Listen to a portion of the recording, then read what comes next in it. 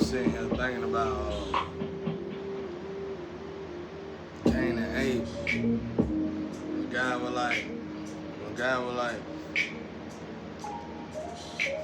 the guy was like, he was like, Abel, what you, Cain, what you do to Abel? I hear him hollering, crying from the grave. And it's like, when you in the grave, it's like when you get murdered before your time. Just like my situation, you get murdered before your time, you go to this rest place. And it ain't no matter where you go and within the realms, it's bad if you die before your time. Because you gotta wait. You have to wait.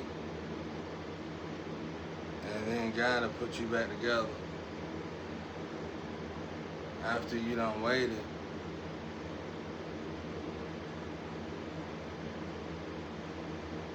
That's why I say that test, I don't really talk about it. Because that test,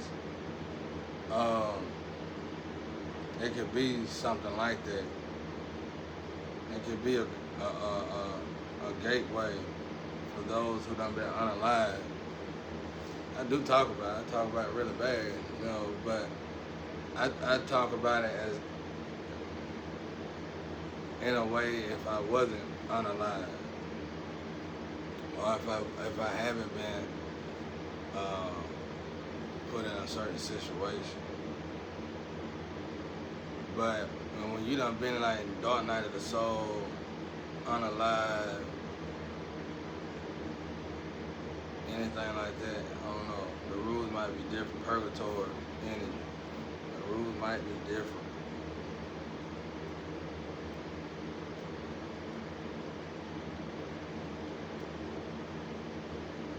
Or it might just be a royalty thing. I don't know. I really don't know what that is. But I was thinking about Cain and Abel though. Cain and Abel, I was like, when God said he was crying from the grave, and that could be like this, no matter what, because that's what I was telling my brother, my other brother. And I was like, he was asking me, they say you crazy. I said, sure they're gonna say I'm crazy. I said, but we know the truth though, right? That's what I told my brother. And he was like, yeah, man, we know the truth. I said, all right then. So, you know, of course they're gonna say I'm crazy. But I said, in actuality, they ain't gotta help me. I said, because if somebody unalive you, they ain't gotta help you. They ain't supposed to help you. You dead. And you holler, you know, you holler from the grave. It's just like me asking God for help every day in this dark night of the soul position. You know what I'm saying? You have to wait like that Mr. Ballin show. When it ain't your time to die, you have to wait till God has to put you back in your, you go back to life, but you have to wait for it. And sometimes you can lose your whole body waiting for it. And I told my brother yesterday, I said, he ain't got it, like my pop, nobody ain't got to help. They ain't even supposed to help. When you been unalive, ain't nobody supposed to give you nothing. So crazy is, if the community is involved, it's partially their job to call you crazy. It's like, what else you gonna say? You know, one minute you normal, next minute you walking back and forth in your yard every day. You know, doing lectures and stuff every day, biblical stuff. And you're doing it for a long time. Actually, you're doing it for like seven years. I've been like 7 years. So it's like, what else you gonna do? What else you gonna do? Well, that's what that Cain and Abel talks about. Abel, because Abel, Abel, man, I wish I can explain y'all how Abel, because we don't hear nothing about Abel, but I do. I do now. I hear about Abel a lot. Oh, Lord. I hear about Abel a lot. Abel ain't, Abel, Abel ain't what you think Abel is supposed to be. I mean, Abel different. Abel different, bro. Abel a little different. But, that's the thing, when you get unalive, you automatically get this connection to the realm. So when you start to fade back into life after being unalive, a lot of that's going away. So you kind of want to withdraw. For me, you kind of want to withdraw from a lot of those creative abilities because you know they're going to fade away anyway. You don't want to try to depend on them. Or maybe they would stay, who knows? I doubt it though. I ain't saying I doubt, thinking negative. I'm saying like, I don't know what came with being unalive and what didn't come with it, you know. But I told him, I said, ain't nothing the family can do, ain't nothing nobody can do. Once this was done, they can't help. And he was like, yeah, your pop told me he ain't gotta help you. I said, he ain't gotta help me. And with that being said, he really don't, you know. He been black and mild from time to time. You know what I'm saying? He ain't gotta help me anyway. I'm independent. I always been independent. That ain't the kind of help. I'm talking about like taking me here to fix my name and put things back together. He ain't gotta do all that. He ain't gotta do all that.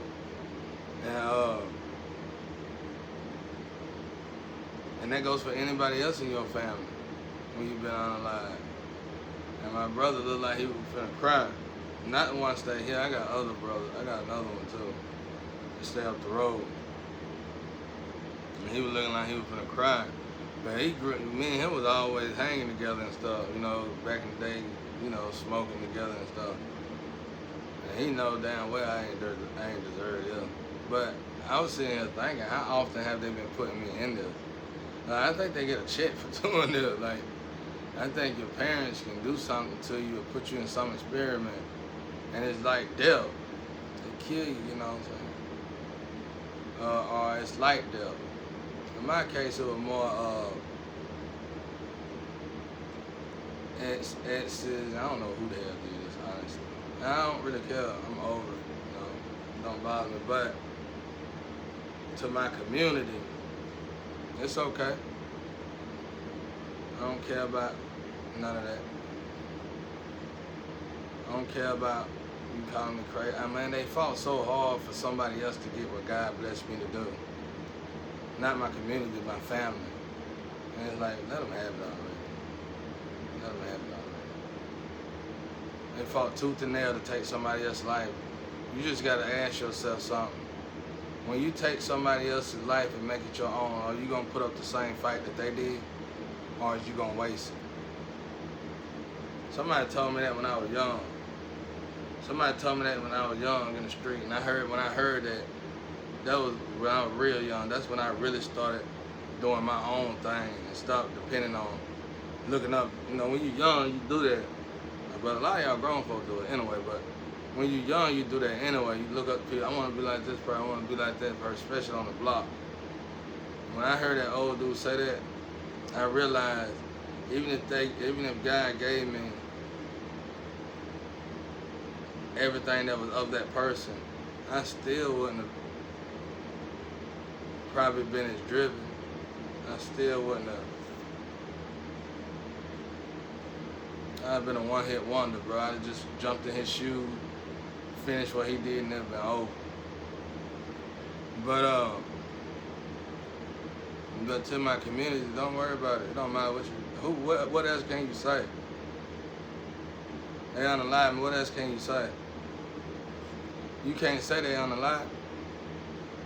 You can't say they murdered you. You might well say crazy, but I'm gonna tell y'all something. I thought about something. To whoever able to hear this or listen to this, 'cause I think they block me from everything. But some people are listening though. The ones that block me anyway. One thing I learned about this it's beautiful, but it's sad. There's a lot of people been unalive. Now, when you unalive somebody, you look for God everywhere, and you'll be amazed where you might have to find God. You know, it's one thing when you're alive and you just pray and you hear God, but it's another thing when you gotta reach other realms to talk to God. And it's like when you unalive, you gotta do things that's different than the way it was when you was alive. So it's like being in this position and then understanding how it is in the streets. When you seen certain people in the streets, many know what I'm talking about. When you witness certain people in the streets, they had the potential to be great, had the potential to do a lot, had the potential. They could be anything, even if they was on drugs, they could do anything but couldn't move. They couldn't, it's like they was only able to go one way. You see, and I said to myself, these kind of experiments create addicts. They create failure. They create failure. So a lot of people that was forced to be addicts, some people, believe it or not, was forced to be addicts, forced to be prostitutes, forced to do this, forced to live like this, and they didn't have another option because they didn't know they've been unalive. You've been unalive, they got these red flags by your name and stuff. You ain't dead, but you unalive. They got these red flags by your name, and when you look into it, they're gonna say somebody living as you, or they killed you. And they ain't gotta tell you this. They don't have to tell you this. But when people, let's say people was trying to sign me and wanted to sign me, and somebody told them, well, we murdered him. You know, he dead.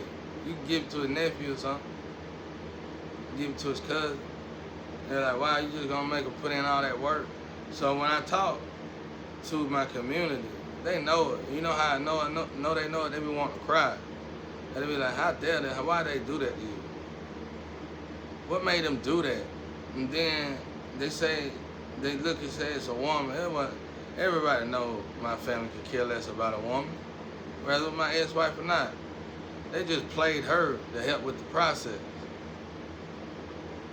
And but once what was done, there really wasn't nothing you could do about it. You had to go with the flow. But it's supposed to be temporary because it's things you could do when you've been unalive and not actually dead. It's probably like 5 to 10 years or something. It's a temporary thing. They try to say it's a full-time thing. I don't know about all that. I ain't never heard of nothing like that. But so far me being here, maybe, but being tortured to death, no, hell no. That wasn't even supposed to be part of the plan, really. But it's dark night of the soul, it's purgatory energy. I mean, expect it. Don't get mad at nobody. What I'm trying to say, don't get mad at nobody, don't hurt nobody. What else can they do? They can't say we unalive. They can't say we killed them. Or they can't say they unalive. They killed them. There's too much explanation. It's too much to explain. It's better to say that they're crazy. But I looked at I had a lot of friends, associates in different hoods. And I used to wonder why they got treated like they got treated. And it's a possibility they was unalive. You know what I'm saying? It's a possibility. Like I had one guy here I used to hang with, and we used to be pretty close. And they call him Tweet. And he part of my family tree as well. And he get treated the same way. And they put us in these situations the way we treated like we crazy, but they got to write it off like that, because somebody that, like I said, when you go to the street, don't just look at my community. This is going on vastly. This is vast, bro. And when I was in the, when I was at the drug house, chilling in the drug house, we all used to talk, no matter what race you is, and we realized that somehow we was all stuck to only being able to do a certain thing, and doing drugs, prostitution, and all low vibrational stuff was all we was able to do if we wanted to do that. It was like no other door There was no other window, no other door. So it's like, that's what you got. Like, that's like, and you don't know who actually killed. It could be an ex-lover, whoever, but it don't. Yeah, it's like a list of people, bro, got to sign off on it. You don't know who actually did what. But thankfully, this is almost over, though. Regardless, if I gotta, this is almost over. But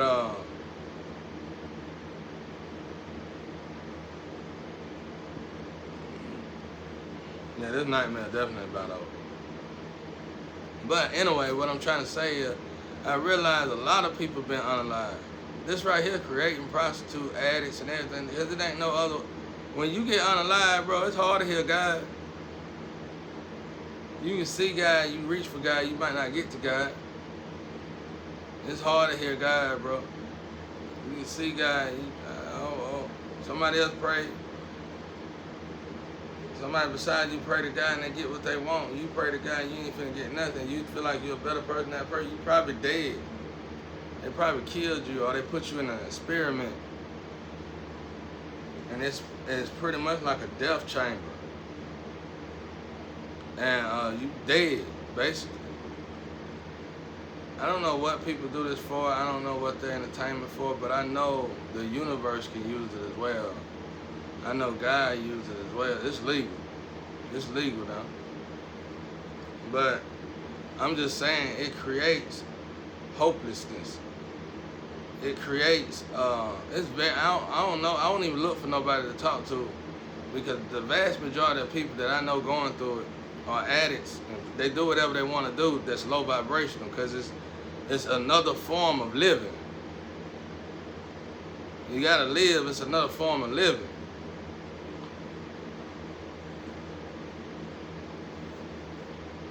So I don't blame nobody, really. I'm over all that. I'm over all that. But I get it, though. You know, to my community and stuff like that. I get it. The same way I get it with my nephews and cousins trying to play the role. I get it, bro. You get it, man. Once you get it, you got it.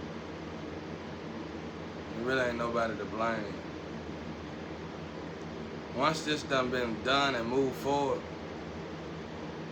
you just gotta take it. And I was just thinking about God. He was like, I remember telling God when I had that near-death experience, keep me over here. God said, I can't keep you over here because you ain't on the list yet to be crossing over. It'll be worse for you over here than it would be over there.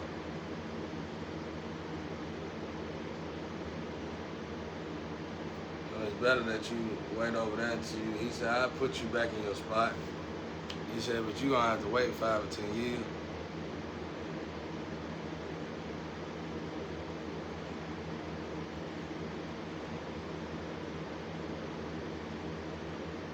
And the sad part is you got to put yourself back together. That's why a lot of people chose to do low vibrational stuff too as well, because they knew that. You got to put yourself right back together. You got to start your whole life over. You got to do all that.